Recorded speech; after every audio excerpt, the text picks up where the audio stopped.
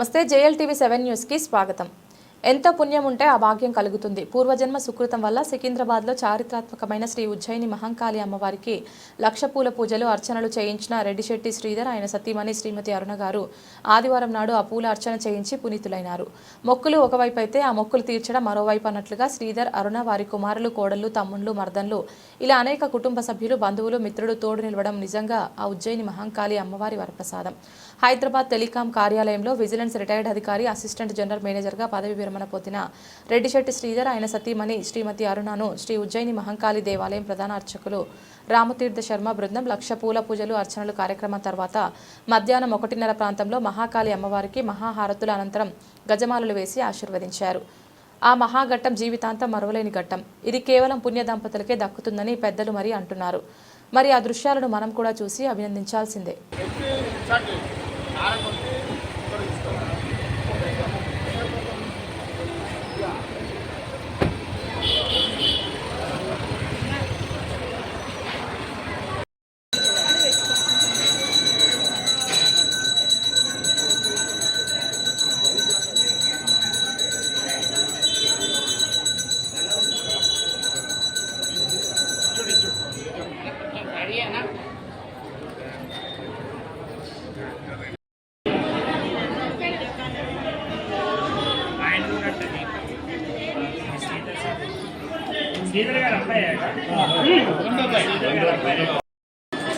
శ్రీ ఉజ్జయిని మహాకాళి దేవాలయం సికింద్రాబాద్ ఈరోజు అమ్మవారికి లక్ష పుష్పార్చన పూజ జరిగింది.